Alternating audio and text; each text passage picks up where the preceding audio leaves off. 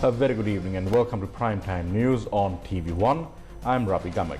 I'm Naveksha Gunasekar and here are your headlines for tonight.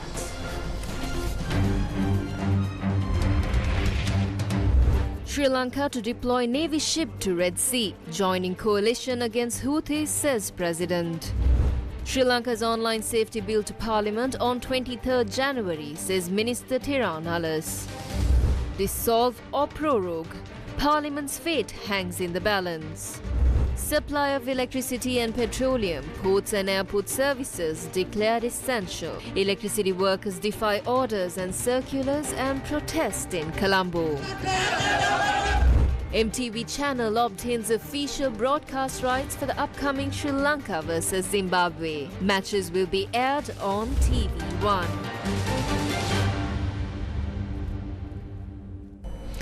Starting off your local news. Sri Lankan President Ranil Wickremesinghe revealed that a Sri Lankan Navy warship will be deployed to the Red Sea to combat threats from the Houthi rebels in Yemen. The President made the announcement at the Shilpa Abhimani 2023 Presidential Handicraft Awards ceremony. Ukraine යුද්ධය තියෙනවා. ගාසාවල තව යුද්ධ තියෙනවා. There is a war in Ukraine and in Gaza. This can attribute to an increase in the prices of goods. Shipping in the Red Sea has come to a standstill due to missile strikes by the Houthis. If shipping companies decide to avoid the Red Sea and proceed around South Africa, it would lead to an increase in the prices of goods. Therefore, we too have decided to join the efforts against the Houthis. We will be sending a Sri Lankan Navy ship to the Red Sea for security. If we work in this manner, we will all have a future. Sri Lankan President Ranil Wickremesinghe visited the north of the country today.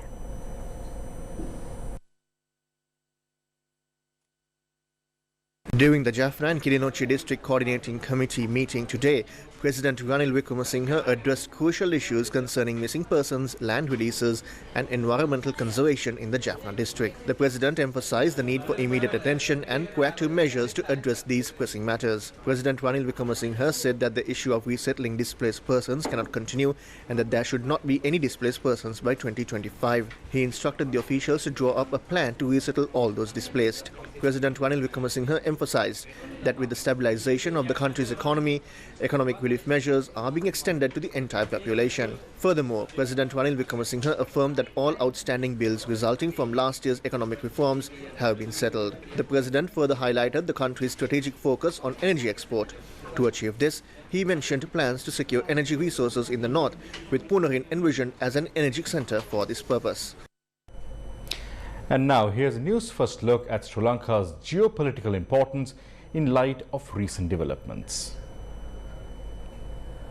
Sri Lanka has long upheld a policy of non-alignment in the international arena, endeavoring to navigate the complex world order without siding with major powers. History serves as a stark reminder of the consequences of abandoning this principle. In 1942, the Japanese bombed Sri Lanka, not because it saw Sri Lanka as an enemy, but because we were a British colony at that time. Ukraine is presented as a cautionary tale, where the Ukrainian people bear the brunt of a larger geopolitical clash between Russia and NATO. The Sea of Sri Lanka, 8 times larger than the country itself, is viewed as a strategic asset vulnerable to exploitation by external actors. At a time when protecting our own ocean territory from intrusions has become a difficult task, how wise is it for Sri Lanka to embroil itself in a geopolitical tinderbox that could become the center of a conflict between the world powers? Sri Lanka needs to be steered with wisdom and prudence through this geopolitical quagmire. A mistake today can have repercussions that last for decades. In more headline-making news, Public Security Minister Tiran Alas announced today that the draft online safety bill, a highly debated piece of legislation, will be presented to Parliament on the 23rd of January. Speaking at the inauguration of a new police unit in Colombo, Minister Alas acknowledged the possibility of further proposals and amendments to the bill, however emphasized the urgency of the presentation of the bill.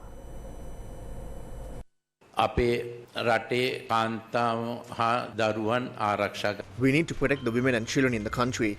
We are conducting the Yuktiya operations to protect the children of the country. I promise that we will not stop this program and we will continue with it. We will not show mercy to anyone connected to these crimes. There are around 8,000 complaints filed in 2023 and around 3,000 of them relate to social media. That is why we are presenting the online safety bill. However, international organizations and missions spoke to me against it. This morning an ambassador spoke to me to stop this. I have made them understand that I will not stop it. I will present it on the 23rd of January, and by the 8th of January, anyone can make their submissions. We will then consider the inclusion of those submissions into the bill. We are doing these things to protect the women and children in the country. මේ දේවල් කරන්නේ මේ රටේ කාන්තාවන් හා දරුවන් බේරගන්න. The Minister of Public Security was speaking at the Bureau for the Prevention of Abuse of Children and Women, where a hotline and email dedicated for the security of women and children was introduced. Complaints can be filed via the 109 hotline and the 011 2444 444 number. In addition, complaints can be filed via email to cwb.online@police.gov.lk.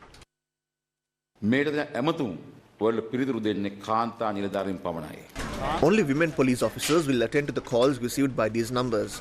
We have paved the way for a woman or child to speak to a woman officer without any hesitation over abuse or harassment that they encounter. We have also arranged facilities to cater to calls that are received from outside of Colombo. We will be able to take action within 48 hours after notifying the local bureau for the prevention of abuse of children and women. In addition, we will also seek a report. මේකට ගත්තු action එක පිළිබඳව නැවත වතාවක් මේ ස්ථානට වාර්තාවක් ලබා දීම.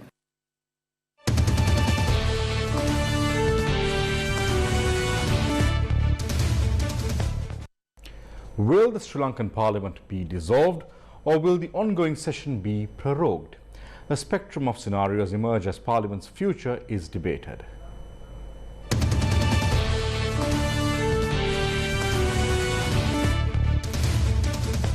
Sri Lanka's ruling party, Sri Lanka Podujana Peramuna, held a closed-door meeting. Following the discussion, former President Mahinda Rajapaksa, a key figure within the SLPP, made a statement suggesting the party's preparedness for any potential election. අපි ලෑස්ති වෙනවා මැතිවරණ ඕනම මැතිවරණයකට මුහුණ දෙන්න. VAT එකත් එක්ක ජනතාව පොඩ්ඩක් කලකිරලා ඉන්නේ. දැන් අපිට ළඟදී දැන් ආරංචි තියෙන ජනාධිපතිතුමා ශනිකව ආණ්ඩුව විසිරනවා කියන කතාව. ශනිකව විසිරුවත් අපි සූදානම්. මේ මොහොතේ මේ වැට් එකෙන් දුක් විඳින ජනතාවත් එක්ක මේ මැතිවරණයකට යන්න කොහොමද ඒක මේ නිකන් ඒකනේ රිස්ක් එකක් නෙමෙයිද ජනතාවට. අපි වැට් අඩු කරපු වෙලාවේ කොහොමද අපිට දුන්නේ? මතකද ඒක? වැට් අඩු කරා කියලා උසාවි වලුත් වැඩකාරයෝ කරලා දීලා. මතකද? වැට් අඩු කරලා මේ සාමාන්‍ය ජනාධිපතිවරණයක් වගේ ආවොත් එන් කවුරු වගේ අපේක්ෂකයෙක් දෙන්න පුළුවන්. මම නෙවෙයි. කීප දෙනෙක් දාලා තියෙනවනේ. කීප දෙනෙක් දාලා තියෙනවනේ ඒකයි ප්‍රශ්නේ. ජේස්ටේද්ද නැත්නම් පිටින්ම කවුරු හරි ගේනවද? බලමු මේ වෙලාවට. කීප නම් කීපයක් වගේ කියනවනේ. නම් ගොඩක් තියෙනවා මම ඇර. ආණ්ඩුව විසිරන්න යන කියන කතාව කියනවා. එහෙම එකක් තියෙනවද මේ මොහොතේ? The president has the power to dissolve the parliament. The president will reach that decision.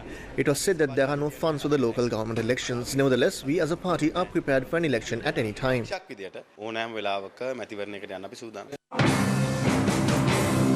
Assistant leader of the United National Party, Akila Viraj Karyavasam, said that the next election will be the presidential election. තැන්තැන්වල වාර්තා වෙනවා ජනවාරි මාසය තුල පාර්ලිමේන්තුවේ විසිරුවීමේ සූදානමක් තියෙනවා කියලා. එහෙම කිසිම මේකක් නැහැ. I am not aware of that. As per the schedule, next is the presidential election in September, October. So it will be the presidential election and the general election. Parliament can be dissolved by presidential power. So what comes next is the presidential election. It will be decided by the president and the government. However, there is none at the parliament and the parliament has more time to complete its tenure. හැබැයි වැඩේ තියෙන දැනට එකක් නැහැනේ පාර්ලිමේන්තුව තව කල් තියෙනවනේ. SJB MP Nalin Bandara views the general election in early February ahead of the presidential poll. The presidential election and the general election should take place before April. Ranil Wickremesinghe works on research and the basics. Throughout history, he has always made decisions based on research. His final research will be in late January or early February. I believe that he would call for a general election ahead of the presidential election.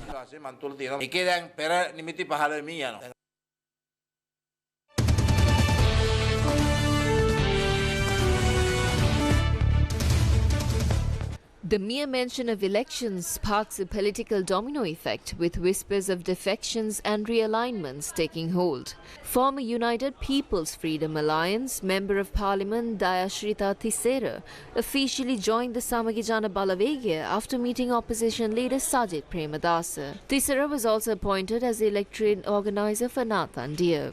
Varadana, Varaprasad, Pratilab. The Samagi Jana Balawegaya and the Samagi Jana Alliance have completely rejected political deals based on privileges and benefits. All of these people are joining us unconditionally to provide a community-centric service. Pudujana Kendriya Sevaවක් ඉෂ්ට කරනවා. අපි වාමාංශික දේශපාලනය තුල එදා සිට We have been working in left-wing politics since my father's time, and then in the parties we were in, we continued to go right-wing. Therefore, I only saw the Samagi Jana Balawegaya as the party that is in a politically correct position. වුණා. නිසා දේශපාලන වශයෙන් නිවැරදි ස්ථානයක් හැටියට මම දැක්කේ සමගි ජන බලවේගය මෙම පක්ෂයයි. Dayashrita Thisera joined the Pudujana Peramuna in 1988 and he was elected to the parliament for the first time in 2001. He served as a Deputy Minister of Ports and Aviation and as a non-cabinet Minister of Skills Development and Vocational Training.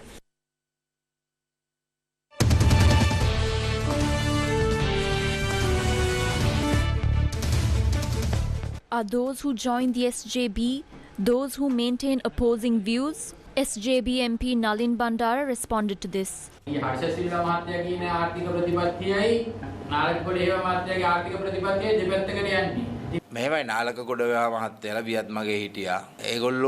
Nalaka Godaheva was in the Viatmaga. The respondents of that government, Kabir Hashim, Miran Wickramaratne and Dr. Harsha De Silva are from our party's economic committee. We will not go out of that economic framework. We have an economic committee formed with our leader Sajit Premadasa. Nalaka Godaheva can come to that committee and give his opinion, but our economic program will not work outside that committee.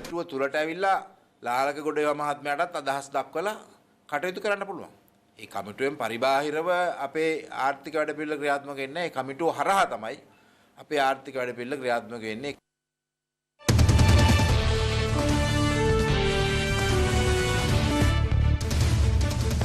Professor Channa Jayasumana said he has not joined the SJB but is in talks about forming a broader opposition alliance.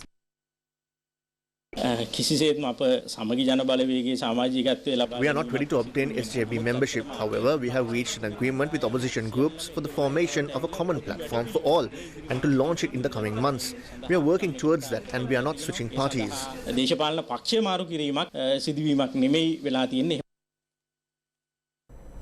Discontent over the recent VAT hike in Sri Lanka boiled over the streets as the Jatika Jana Balawegaya staged a protest in Ambalangoda. The Jatika Jana Balawegaya organised a protest against the VAT hike opposite the Ambalangoda bus stand.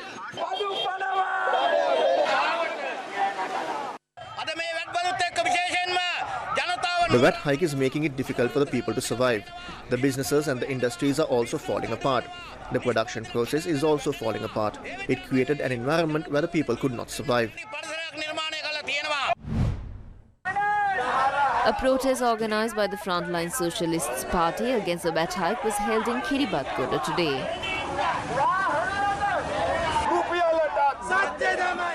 මිනිස්සුන්ට ජීවත් වෙන්න බැරි තත්ත්වයක් තියෙන්නේ. මේ තත්ත්වය දිගටම ගියොත් මිනිස්සුන්ට කන්න දෙයක් නැතුව යනවා. තුන් වෙලා කාපර් දැන් දෙවෙලා තමයි කන්න වෙලා තියෙන්නේ. මේ වැට් එක එන්නත් ඉස්සෙල්ලා විදුලි බිල වැඩි වුණා, ජල බිල වැඩි වුණා. මේ හැම එකක් එක්කම අපිට ජීවත් වෙන්න බැරි වෙලා තිබුණේ. එතකොට වැට් එකත් එක්ක වැට් එක තවත් වැඩි වීමත් එක්ක අපේ ජීවිත ඇත්තටම ෆ්ලැට් වෙලා තියෙන්නේ. විපක්ෂය නෙවෙයි වාමාංශිකයෝ. Not the opposition, not the leftists, not the trade unions, not the people. Check out the statistics from the government.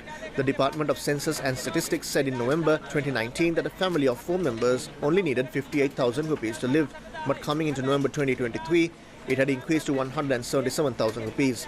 How many families in Sri Lanka can afford 177,000 rupees? The answer is none. Political winds pick up in Sri Lanka as speculation about potential elections swirls amidst heated discussions. However, it's not just politicians making their voices heard.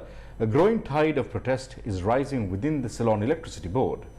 For the second consecutive day, joint trade unions representing CEB employees staged demonstrations expressing vehement opposition to the proposed Sri Lanka Electricity Act. Their primary demand remains the complete withdrawal of the bill, which they fear will dismantle the CEB and jeopardize national energy security. Ceylon Electricity Board trade unions dissented upon the board's main office in Colombo Fort for the second consecutive day of the three-day protest which kicked off yesterday against the controversial Sri Lanka Electricity Bill. The crux of their concern lies in the bill's proposal to divide the CEB into 6 separate entities.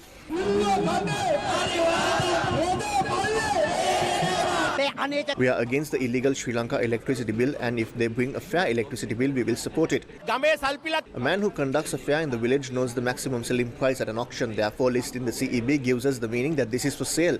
We will not allow them to sell a single piece of it to international companies. No matter what essential service orders are made, we will not stop our fight. We urge the electricity consumers that we started this protest not to demand for our salaries, incentives or medicals. We took to the streets to defeat the fraudulent act and get a concessional price for the entire electricity consumers of Sri Lanka. They say there are losses and the loss was paid by the people of the country. So whether it is decided to be divided or sold in pieces, it must happen according to the opinion of the people of this country. Yesterday, a circular was issued cancelling our holidays. Today, that circular is not valid for the Electricity Board. The employees of the Electricity Board work on our command. We want to defeat this bill.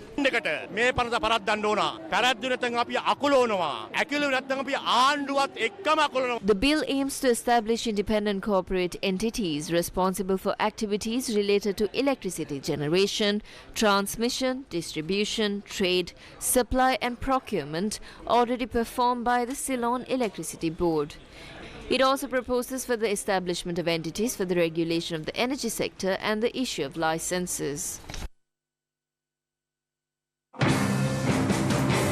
The Secretary to the President, by order of President Ranil Wickremesinghe, issued an extraordinary Gazette notification declaring all services related to electricity supply, petroleum distribution and vital logistics as essential services. The discharge, carriage, landing, storage, delivery and removal of articles of food or drink or coal, oil or fuel from vessels within any port as defined for the purposes of the Customs Ordinance have been declared as essential services.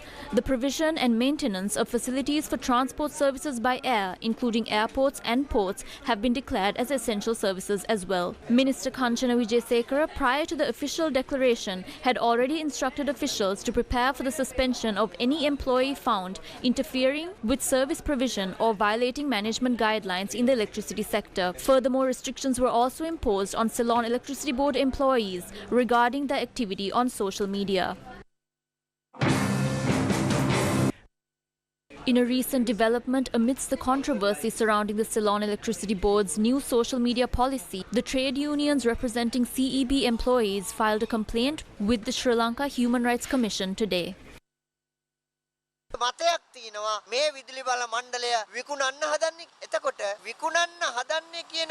It is said that the CEB is to be sold off. One can have an opinion about it as per the constitution. This circular challenges that right. It is trying to take away the right to criticize the government. This is authoritarianism. This is by a general manager who is a state employee. Many who fell prey to the schemes of these politicians have suffered embarrassment. In the Easter Sunday terror attacks case, certain state sector employees had to pay from their personal funds. Narendra Silva is trying to please Kanchana Wijesekara, and that is where he will go wrong. This illegal circular must be withdrawn immediately. We will challenge this in the Supreme Court.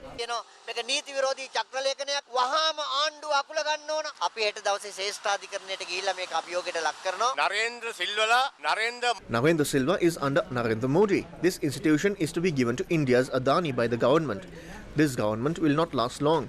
We will destroy these illegal circulars.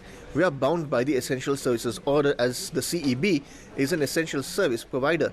It is the government that violates such orders. We will comply with those orders and continue with our struggle to protect the CEB.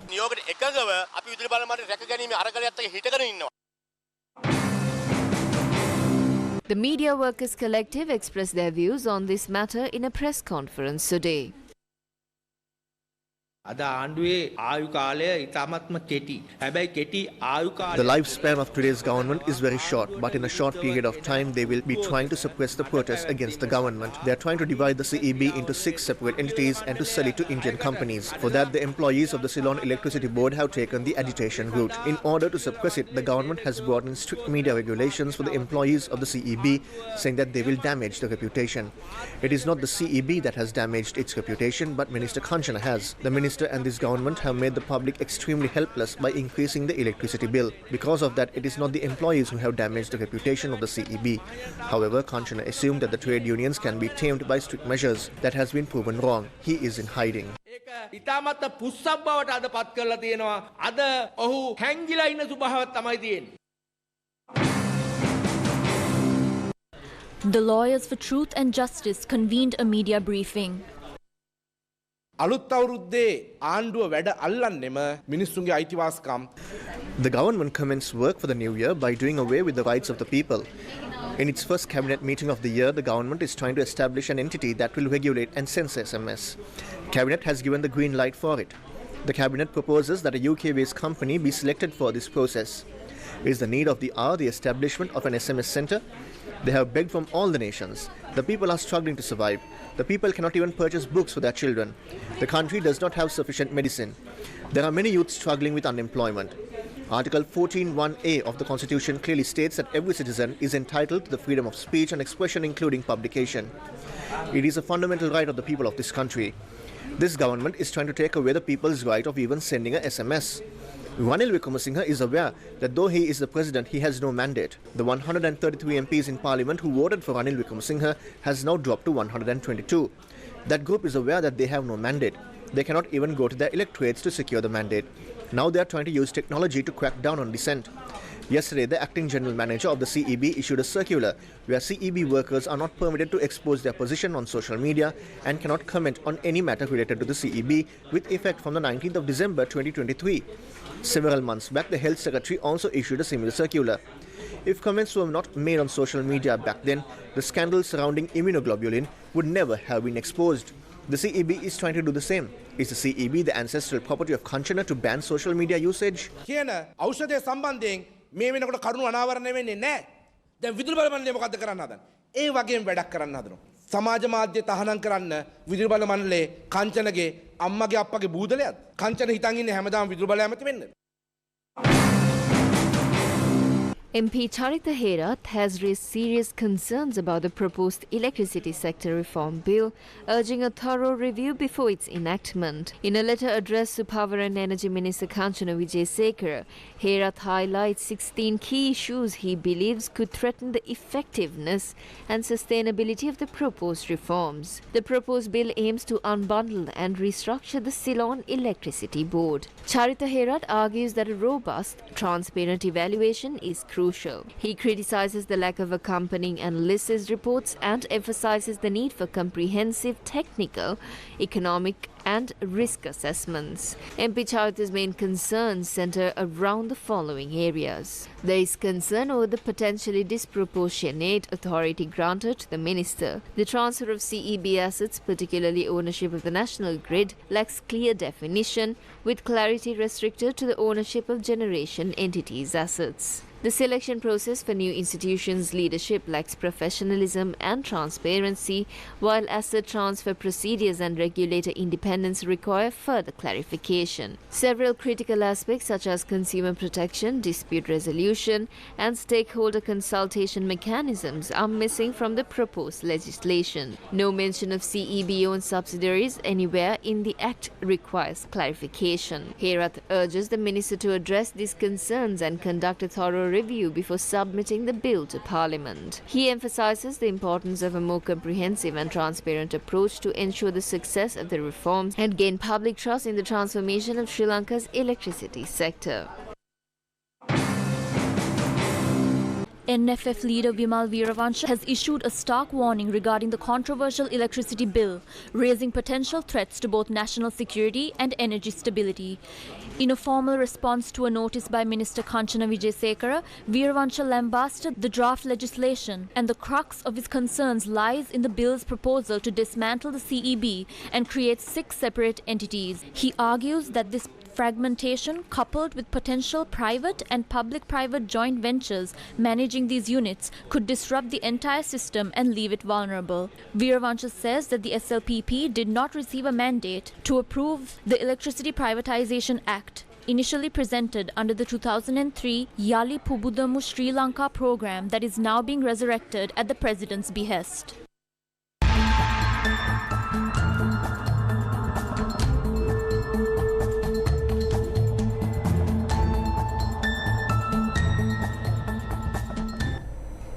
Sri Lankan authorities apprehended over 1,000 suspects during a 24-hour operation codenamed Operation Yuktiya.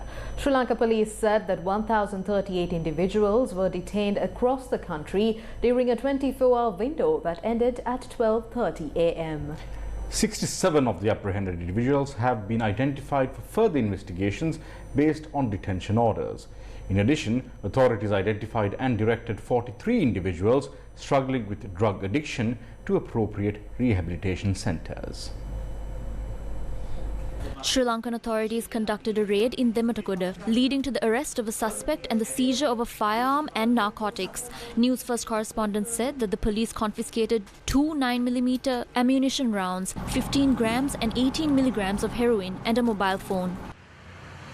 A search operation conducted by the Mavanella police led to the discovery of over 28 grams of the highly addictive drug ice in a jeep. 2 individuals were apprehended at the scene in connection with the seizure. Authorities obtained detention orders from the Mavanella Magistrates Court after presenting the suspects. In Gangodagama, Hakmana, a raid led to the arrest of 2 individuals and the confiscation of a significant cache of contraband. Police seized 100 grams of heroin, 350,000 rupees in cash, 2 mobile phones and a van. Police uncovered a drug trafficking operation operating under the guise of a massage parlour in Aruppala, Kandy. Authorities apprehended 4 suspects, including a woman, involved in the distribution of ice and heroin. Sri Lanka has decided to go for a rice import tax cut that aims to ease domestic shortage. In a bid to address the current Kirisamba rice shortage, the Sri Lankan government has significantly reduced the import tax on a similar type of rice. The move, announced through an extraordinary gazette by President Ranil Wickremesinghe as the finance minister, cuts the special commodity levy rice imported under HS code 1006-3029 from a hefty 65 rupees per kilogram to a nominal 1 rupee. This temporary tax concession, effective from January 2nd to January 21st, 2024, aims to incentivize increased imports of the substantive rice variety. Still in local news, a silent protest took place in Colombo to denounce taxes and government crackdown. A group of civil society representatives staged a silent protest near Liberty Roundabout in Colombo.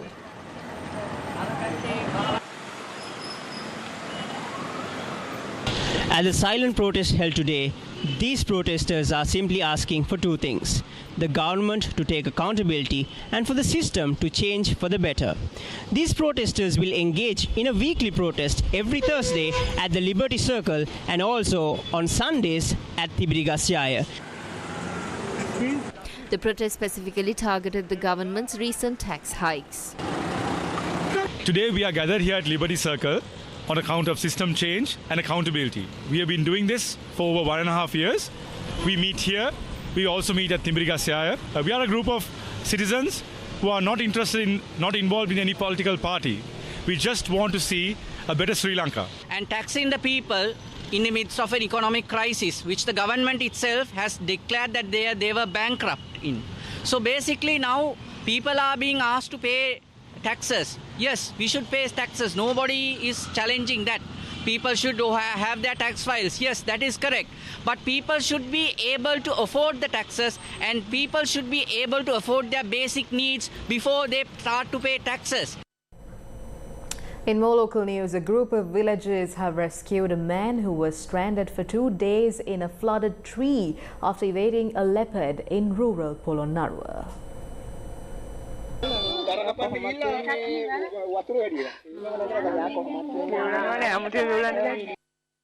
In a remarkable display of local heroism, villagers from the remote Magantota village in Polonnaruwa district rescued a man trapped in a precarious situation for 2 days. The 66-year-old, caught between a leopard and rising flood waters, found himself clinging to a tree for survival, only to be saved by the quick thinking and compassion of his community. The man, venturing into a nearby jungle to collect firewood, encountered a leopard. To escape the predator, he instinctively climbed a tall tree. Unfortunately, his refuge soon became a prison as the nearby Mahaveli River unexpectedly overflowed, flooding the entire area and blocking his descent. Stranded for 2 agonizing days, the man faced not only the threat of hunger and thirst, but also the potential dangers of exposure and further encounters with wildlife. Local villagers, alerted to his plight, launched a rescue operation as soon as floodwaters receded enough for safe passage. Exhausted and dehydrated, he was immediately provided with food and water to replenish his strength. The villagers' kindness extended further, building a fire to warm him up from the ordeal.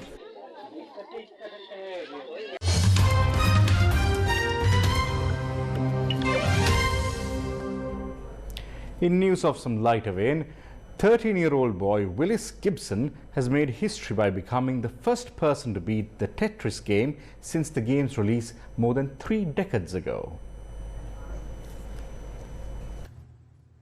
Willis Gibson, a 13-year-old boy, makes history by beating the NES version of Tetris, which was previously only been beaten by AI. Tetris, which is an electronic game from the 1980s that let players arrange puzzle pieces in real time as they fell from the top of the playing field. On the 21st of December 2023, Gibson streamed the game, where he played the game at increasingly frenetic speeds for 40 minutes. During the game time, he set new world records for high score, levels played and lines cleared. Eventually, he was rewarded with a crash kill screen that signals he has done the impossible.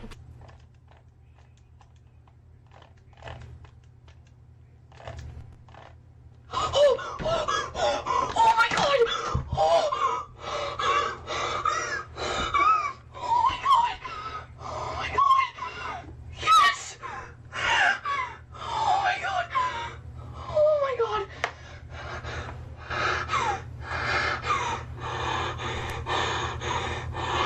I'm gonna pass out. I'm gonna pass out. Oh my god! I can't feel.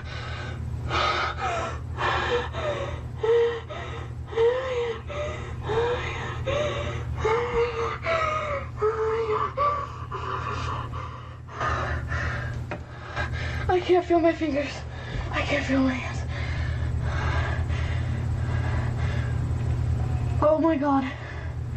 I'm gonna pass out. Oh my god.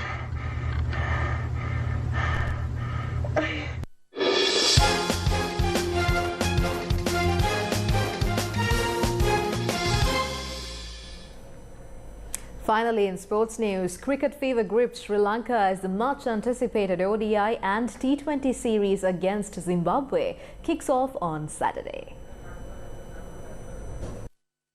MTV Channel Private Limited obtained the official broadcasting rights for the Sri Lanka vs Zimbabwe ODI and T20 series. Cricket fans can catch all the action of all matches being telecasted live on TV1 from 6th January. The series comprises of 3 one-day internationals and 3 T20 matches. Oh, done. Brilliant. He played for some turn. He went straight. This time, full toss. The total of 302. 100 bridges to cover. The wicket-keeper batted well once again for his 47. Quinton Rajaselvam, a close colleague of ours here at Newsfirst, passed away unexpectedly at the age of 40. Quinton worked with the Gammadda movement and was a much-loved member of the team. Born on October 15, 1983 in Jaffna, Quinton Rajaselvam was an old boy of St. Thomas Preparatory School, Kolpiti. His passion for his community and dedication to public service led him to join the Gammadda movement, where he quickly became a much-loved figure for his unwavering commitment and genuine care. He leaves behind a legacy of invaluable service, having dedicated over 4 years to uplifting rural Sri Lankan communities through the Gammadda initiative. Quinton, you will be missed by many. And with that, we wrap up tonight's edition of Primetime News on TV1. I'm Ravi Gamage. I'm Naveksha Gunasekar. Thank you for watching. Good night.